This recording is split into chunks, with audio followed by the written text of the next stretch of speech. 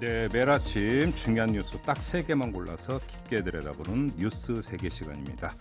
시사인의 김동윤 기자 모셨습니다. 어서 오세요. 네, 안녕하세요. 시사인 김동윤입니다. 네, 네. 자, 첫 소식 전해 주시죠. 네, 어제 하루 동안 여의도에서 큰 화제가 된 소식인데요. 네. 바로 임종석 전 대통령 비서실장과 자유한국당 김세현 의원의 불출마 선언입니다. 그러게요.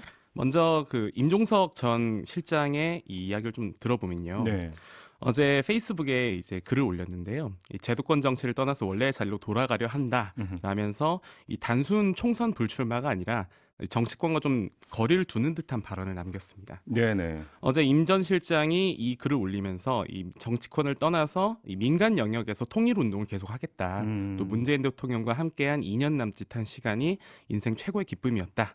이런 말을 남겼는데 네. 청와대 비서실장 그만둔 이후에 이 지난 3월에 복당하면서 종로 출마설도 좀 나왔었거든요. 그랬었죠. 예, 하지만 이 지금 그 정세균 전 의장의 그 어떤 출마와 함께 맞물려서 갈등이 있었던 것 아니냐 예. 이런 보도도 좀 나오긴 했는데 네. 어쨌든 불출마를 선언을 했고요. 음흠. 이게 지금 청와대 출신들 중에서 이 출마를 준비하는 사람들, 이 행정관 같은 경우요. 네. 이 그런 사람들에 대한 일종의 어떤 경고성 발언이 지금 나오고 있는 와중에 네. 이거의 연장선으로 좀 더 긴장 분위기가 조성되는 것 아니냐 이런 분석도 지금 나오고 있고. 그러니까 이제 청와대 출신 인사들의 출마를 저울질하는 인사는 뭐 수십 명에 달한다 이런 이야기가 있는데. 네, 그렇습니다. 그 비서실장이 불출마 선언을 하면 네. 이 사람들의 이제 행보가 어떻게 될 것인가 당연히 영향이 있다 이렇게 이제 분석을 하는 거 아니겠습니까? 그렇죠. 또 86그룹들도 좀 긴장 관계가 조성되고 있고요. 근데 아무튼 좀 뜻밖이긴 합니다. 네. 근데 그 김세현 자유한국당 의원 여의도 연구원장이잖아요. 네, 그렇습니다. 상임위원장 지금 맡고 있고. 네. 그런데 또 불출마 선언 이것도 좀 상당히 갑작스럽습니다. 네, 또 40대 나이가 젊어요. 그러니까요. 그리고 네. 또 삼선 의원인데 네.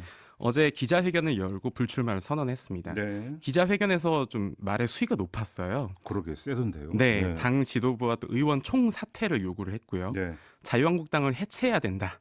이런 메시지를 남겼습니다. 존재 자체가 민폐다. 역사의 민폐다. 이런 말이 나왔죠. 예, 예. 생명력을 잃은 좀비 같은 존재다. 이런 말도 예. 나왔고요. 예.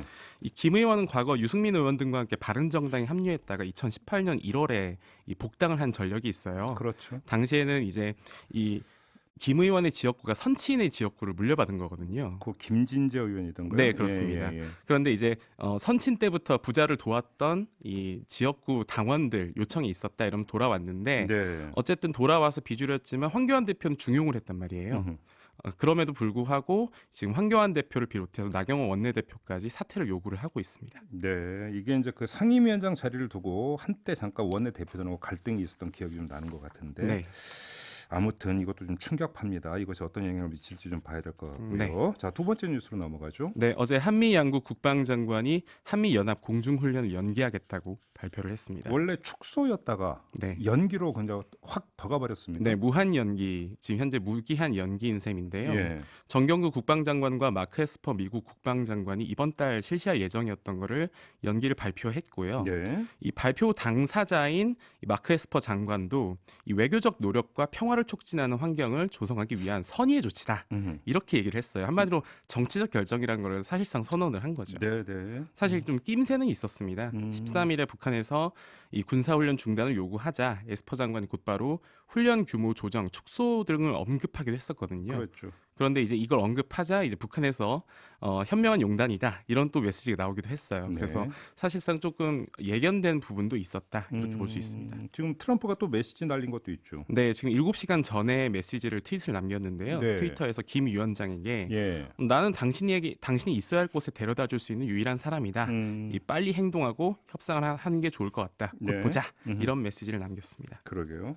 이러면 또 이제 기대감을 업시키는 트윗이긴 한데. 네, 물론 어제 북한에서도 이 미국이 적대시 정책을 철회하는 문제가 이 대화 의제에 오른다면 몰라도 그 전에 핵 문제가 논의되는 일은 없을 것이다. 이러면서 환영하면서도 조금 더 거리를 두는 이런 예. 모습을 보이기도 했습니다. 근데 트럼프의 트윗은 자나깨나 다시 봐야 되는 트윗이기 네, 때문에. 방금 확인해 보니까 그 7시간 사이에 트윗이 10몇 개가 있더라고요. 아, 예, 아무튼 네, 트윗에 그냥 그 휘둘려 다니면 일희일비하게 돼 있습니다. 네.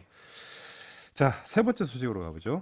네, 이 홍콩 사태가 국내 대학가에서도 연이어 화제가 되고 있는데요. 네, 특히 지금 대학가에서는 대자보 논란이 이어지고 있습니다. 네, 이 대자보 논란이 뭐냐 궁금하실 수 있는데 최근에 국내 대학가에서 이 홍콩 민주화 시위를 지지하는 움직임에 대해서 이 중국 유학생들이 강하게 반발하는 움직임이 있어요. 네네네. 어제 한 온라인 커뮤니티에서는 이 중국 본토 출신 유학생들이 홍콩 시위 지지 대자보를 붙이는 한국 학생과 충돌하는 영상과 사진이 다수 올라오기도 했는데요. 네. 한양대에서는 이 돈 받고 하는 거다라면서 동전을 던지는 모습도 이 포착이 되기도 했습니다. 그래요? 현재까지 지금 갈등이 벌어지고 있는 곳이 연세대, 동국대, 또 한양대, 전남대, 이 고려대나 이화여대 등인데 15일에는 동국대에서 대자보를 두고 이 실제 다툼이 좀 일어났어요. 그래서 경찰이 출동을 하기도 했었죠. 네.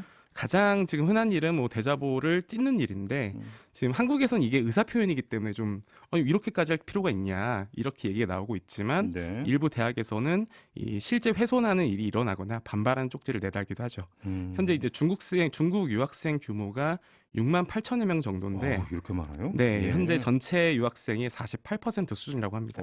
예. 아무튼 이 불똥이 우리나라로 튀고 있다. 대학가로 이렇게 봐야 되는 겁니까? 네, 그렇습니다. 이 부분에 대해서 뭐 관련된 기사들도 나오고 있는데 네. 이 중국 유학생들은 이 문제 자체가 내정 간섭이다. 이런 의사 표현을 지금 하고 있는 상황이에요. 네. 하지만 아무래도 서로 이제 정보를 접하는 경로가 다르다 보니까 네네. 이 서로 알고 있는 정보값이 달라서 생기는 오해의 문제도 분명히 있는 것 같습니다. 알겠습니다. 자, 뉴스 세계 이렇게 마무리하겠습니다. 시사인의 김동인 기자와 함께했습니다. 고맙습니다. 네, 고맙습니다.